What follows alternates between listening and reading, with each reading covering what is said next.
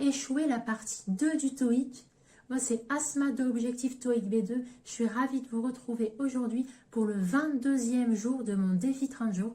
Pour rappel, je me suis fixé comme défi de réaliser une vidéo par jour pendant 30 jours. Dans chacune de ces vidéos, je vous donne un conseil concret à mettre en application pour mieux réviser le TOEIC et ainsi optimiser au mieux vos chances de réussite à ce test.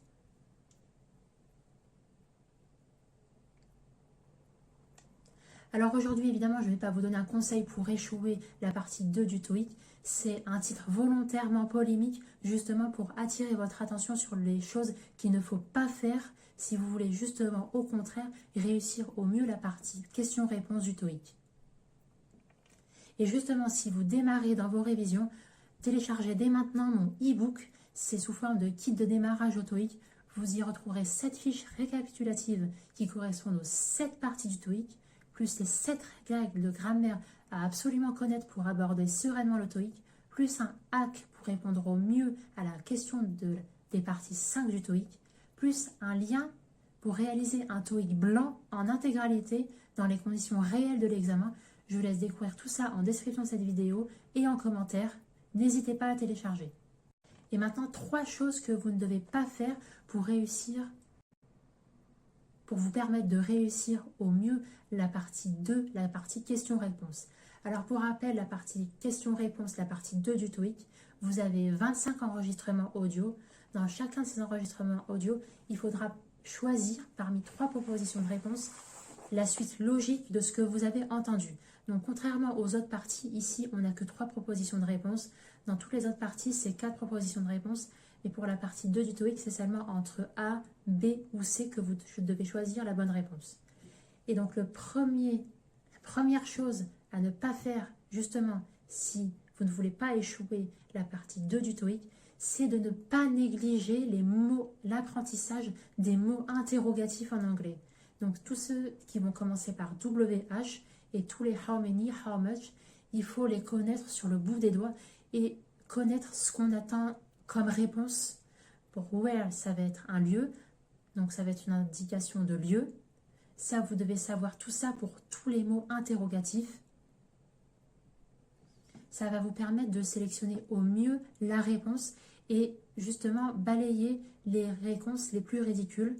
Si par exemple on attend de vous de chercher un lieu, si on vous donne une date, vous pouvez éliminer d'emblée la proposition de réponse qui se rapporte à une date.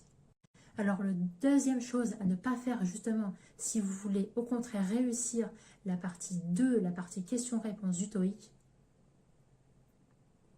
c'est de ne pas négliger l'apprentissage de l'anglais et en particulier l'écoute active et l'écoute passive de l'anglais. Alors, j'ai fait des vidéos où j'ai dédié des jours à l'écoute passive et à l'écoute active. J'en ai parlé plusieurs fois.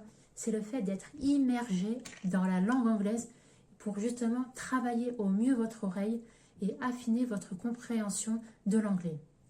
Alors ça, c'est vraiment impératif et ça ne se fait pas en dernière minute. C'est vraiment une stratégie sur le long terme qu'il faut avoir.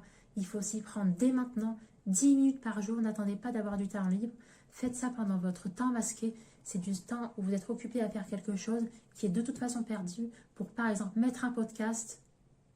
Les films et les programmes, regardez-les en anglais, en version originale avec le sous-titre en anglais. Mais ne négligez pas cette chose essentielle pour réussir au mieux la partie 2 du TOEIC, sachant que la partie 2, c'est un exercice exclusivement de compréhension orale. Vous n'avez aucune retranscription écrite. Et enfin, la troisième chose à ne pas négliger si vous voulez réussir au mieux la partie 2 du TOEIC, c'est de réaliser le maximum de TOEIC blanc dans les conditions réelles de l'examen. C'est-à-dire vous devez vraiment vous chronométrer, réaliser le maximum de partie 2 du TOEIC dans les conditions réelles pour vous familiariser au mieux avec cette épreuve. Maintenant, c'est à vous de me dire en commentaire quelles difficultés vous pose la partie 2, la partie questions-réponses, et j'y répondrai avec un conseil concret à mettre en application pour vous éviter d'échouer cette partie. Je vous retrouve demain pour un nouveau jour de mon défi 30 jours. À très vite.